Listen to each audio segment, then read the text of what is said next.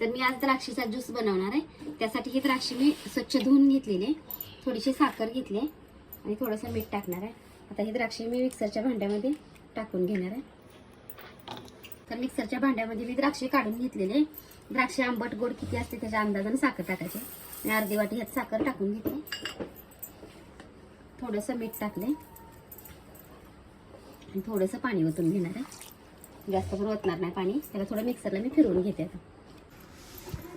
तर आता मी ही द्राक्षे अशी बारीक करून घेतलेली, त्याला मी शोधून घेते।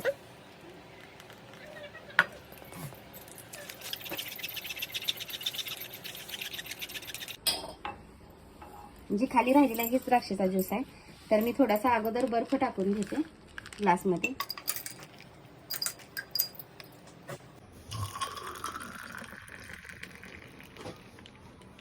तर बघा, अशा प्रकारे आपला द्राक्षेचा ज्यूस तयार आहे।